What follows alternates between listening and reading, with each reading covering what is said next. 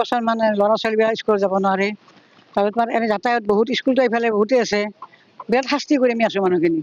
দেখাত আমাৰ ঘৰগিলা ভাল বুলি কি হ'ব, আৰু চব ৰাইজে আমাক গালি পাৰি দিছে ৰাস্তাটোৰ কাৰণে। কিন্তু আমিতো একো কৰিব নোৱাৰোঁ, কাৰণ টাউন কমিটিতে এছ দিওঁ আমি তাতে চাপ্লাই ফেলা পাব নোৱাৰোঁ।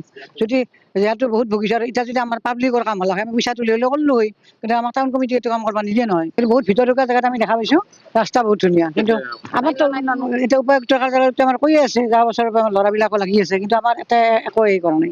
নতুন চৰকাৰক আমি মানে চবকে আমি নমস্কাৰ কৰিছোঁ। আমাক আকৌ নালাগে, আমি চৰকাৰী সাহায্য পাওঁ নে নালাগেও, কিন্তু আমাৰ ৰাস্তাটো লাগে। আৰু আমাৰ চৰকাৰী সাহায্য পোৱা লাগে, আমাৰ পৰিৱেশটো নহয়ও নালাগেও, কিন্তু ৰাস্তাটো আমাৰ মেইন সমস্যা ৰাস্তা।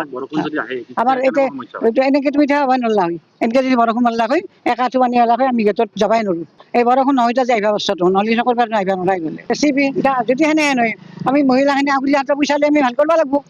যদি সঁচা কৰি নামানে, আৰু 3 মাহমান পাছত কিন্তু আমি মহিলাখিনি ডাব্বাৰ আগুলি আমি পইচাটো লৈ ৰাস্তা ভাল কৰিব লাগিব। আমাৰ মহিলাৰ পেদে নাই, কিন্তু পুৰুষে দিছি, এতিয়া আৰু মহিলাই যাব লাগিব। জানো আমাক ৰাস্তাটো দিয়ক, নালা দিয়ক, নেদলি আৰু আমি নেদলিতো আৰু উপায় নাই। আৰু মহিলা ওলম, ৰাজপথত ওলম, আমাক ৰাস্তা নেদলি, কাৰণ দিগদাৰ পাই আছো না ৰাস্তাটোৰ কাৰণে। আজি 4-5 বছৰ ৰাস্তাটো এতিয়া আমাৰ ধৰক মূল প্ৰব্লেম হ'ল আমাৰ ৰাস্তাটো মানুহ অহা যোৱা কৰিব নোৱাৰে। কয় দিওঁ আপোনাৰ চাইকেল হওক মটৰ হওক কিবা একো অহা যোৱা কৰিব নোৱাৰে, মানুহ বুজি অহা যোৱা কৰিব নোৱাৰে।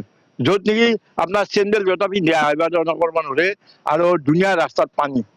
আগতে ৰাস্তাটো ভাল কৰিছিল, এতিয়া সেই ৰাস্তাটো নষ্ট হৈছে, শিলৰ গাৰা হৈ গৈছে মাজতে। মেইন ৰোডৰ পৰা আপোনাৰ মোটামুটি 1.5 কিলোমিটাৰ মান দূৰলৈকে আমাৰ ৰাস্তাটোত একোৱেই নাই, একদম খালি দ আৰু পানী মস্ত চাৰিওকে, মানুহ অহা যোৱা কৰিব নোৱাৰে কোনো ৰাস্তাটো বৰ্তমান দ আৰু পানী।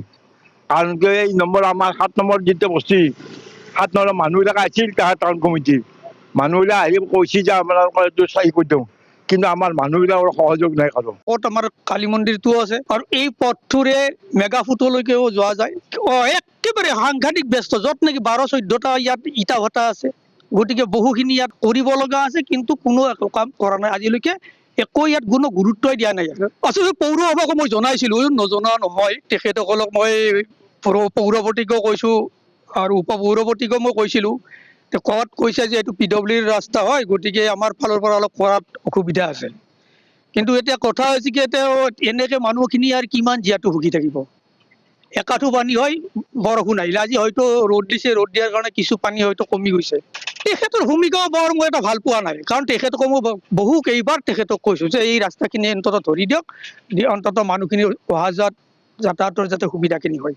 তেখেতৰো ভূমিকাখিনি ইমান ভাল পোৱা নাই। এতিয়া মই ভাবিছোঁ যে হয়তো মন্ত্ৰী মহোদয়ক মই আজিয়ে ভাবিছোঁ যে হয়তো এখন এপ্লিকেশ্যন লিখি মই মন্ত্ৰী মহোদয়কো এই কথাটো অৱগত কৰাম, যাতে এই পথছোৱা অতি সোনকালে যাতে ভাল কৰি দিয়ে।